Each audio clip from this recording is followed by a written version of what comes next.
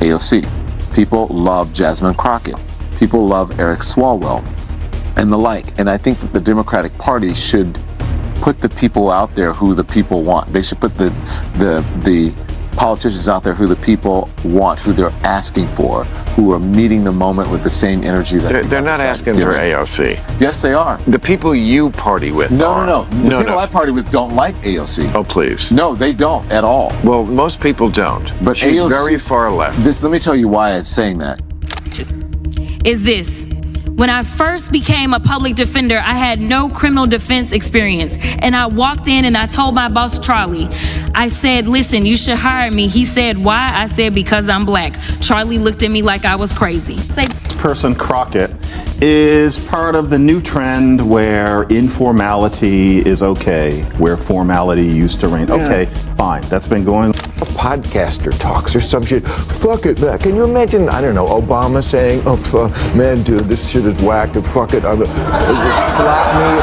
I'm fucking over it. I mean, come on. Bill Maher sparks debate over Democratic priorities. Bill Maher didn't hold back in a recent interview, calling out Congresswoman Jasmine Crockett for acting more like a TikTok influencer than a serious lawmaker. He argued that the Democratic Party is boosting the wrong voices, and it's starting to show. Maher believes the issue isn't policy, but priorities. Instead of focusing on real solutions, he says some Democrats are chasing headlines and social media clout. He pointed to Crockett and AOC as examples of politicians more interested in attention than action. According to Maher, this shift toward flashy sound bites over real substance is weakening the party's message and disconnecting it from everyday voters. His takeaway? Democrats need to rethink who they spotlight and whether those voices are helping or hurting their cause. Trans people filming us in the bathroom. How many of these trannies are taking selfies? These men are taking selfies in women's spaces, in the bathroom. It's gross. It's disgusting. So if we're going to talk about civil rights, let's talk about the rights of women in this country and how you are stripping them away every single day. And you're doing it in your legislation, you're doing it in your messaging, you're doing it on X. You're making women feel unsafe in this country. And you're making the opportunity for women and girls to be raped, to be sexually abused in this country even greater than they've ever been. So don't come over here with your attitude and talk to me about rights when you're trying to take my rights as a woman, a rape survivor, away. Thank you, Mr. Chairman. I yield back. This woman didn't raise her voice or stir up drama. She spoke directly and calmly to Rep. Jasmine Crockett. Her tone was firm but respectful, and her message was clear. Enough with the distractions. Let's focus on what really matters. But when Crockett responded, the usual pattern kicked in. Instead of addressing the actual concerns, she deflected, shifted the topic, and raised the tension. Rather than owning the criticism or having a real conversation, she changed the subject and dodged the point. It's a familiar move, and people are starting to notice.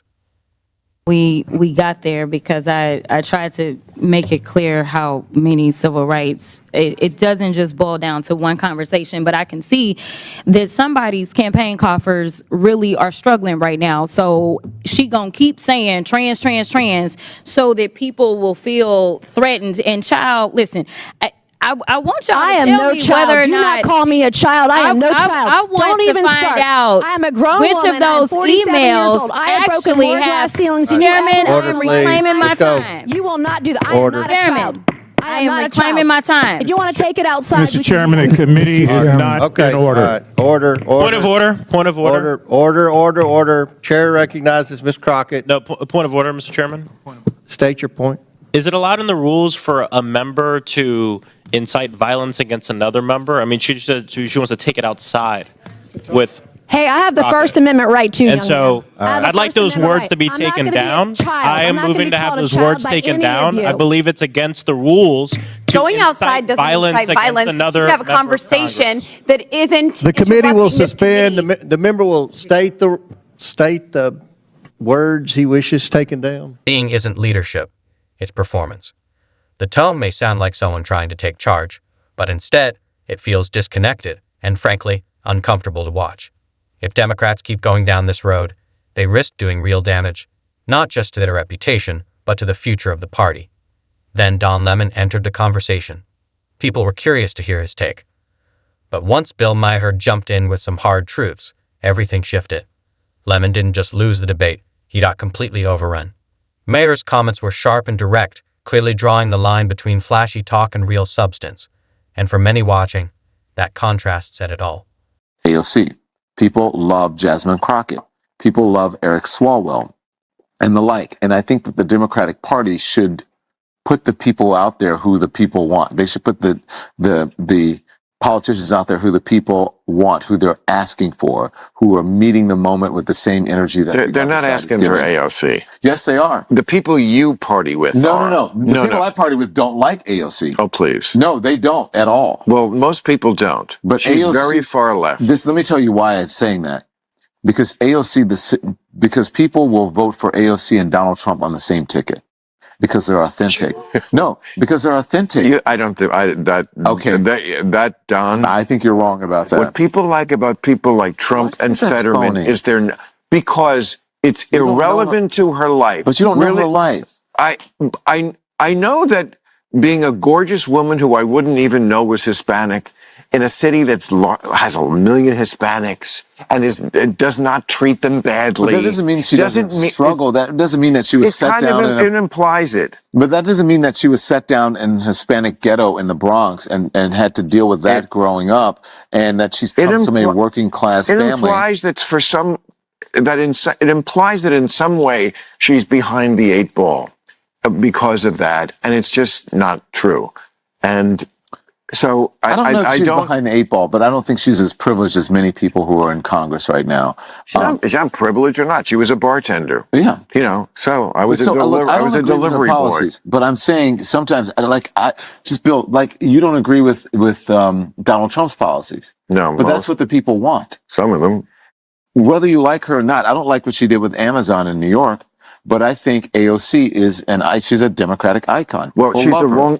If you think that's the direction the country, the Democratic. I'm not saying the policies that she espouses that's the direction, but I'm saying that you have to give the people who are out front speaking for the party, not the people who are. If you think she's evolving, yeah, she's evolving, and as we all are, and she is moving into right. She understands the game a little bit more. And if you notice, she is sort of becoming a sort of normal kind of Democrat in many ways. Yes. I think she's okay, great. She's a very smart tactic. She's very smart. Let's get behind that. Another one. At this point, it's hard to ignore what's become obvious.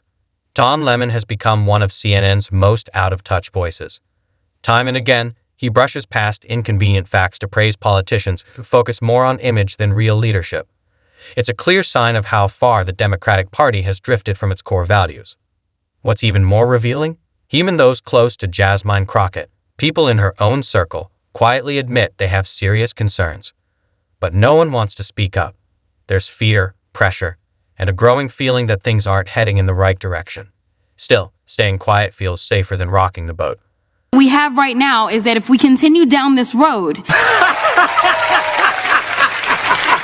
then we will not have a rule of law, because we have people that are currently serving and they're saying things like, ignore the judge's order.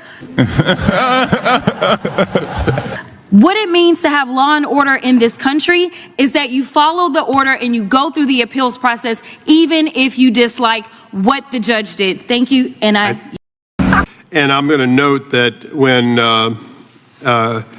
Ms. Ocasio-Cortez, or AOC as we know her, filed articles of impeachment on Justice Thomas and Alito, Ms. Crockett was one of the co-sponsors along with Mr. Cohen, both members of this committee. It does seem interesting that when the shoe is on the other foot, everyone is self-righteous. Wow. And I think this is a good example.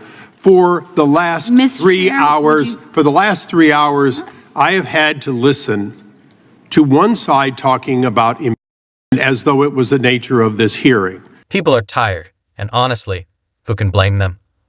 For years, the left has repeated the same promises, but the results just haven't followed. Instead, there's been more confusion, more division, and not much real progress. That cycle can't keep going.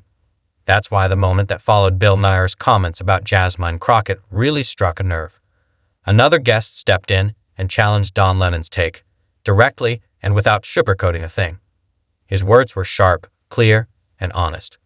No spin, No political fluff. Just truth that broke through the noise.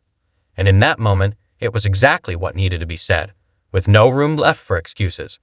Is part of the new trend where informality is okay, where formality used to reign. Okay, fine. That's been going on since the 60s. So her routine is that she wants to bring a little bit of what I might quaintly call the ghetto catfight into these spaces. I get it, bring a blaxploitation movie or something into Congress. Great, work it. But you do not make fun of the fact that somebody lives their life in a wheelchair. That doesn't work.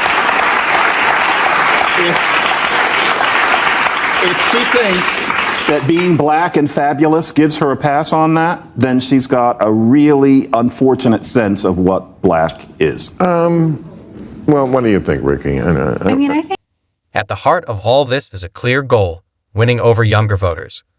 But here's the issue. It's not working. Gen Z isn't showing up the way the party hoped, and the reason is simple. The people pushing this message are completely disconnected from real life. Sure, they're loud. They dominate headlines and social media feeds. But what they're missing is the one thing that cuts through to every generation: basic common sense. Without that, the message just doesn't land.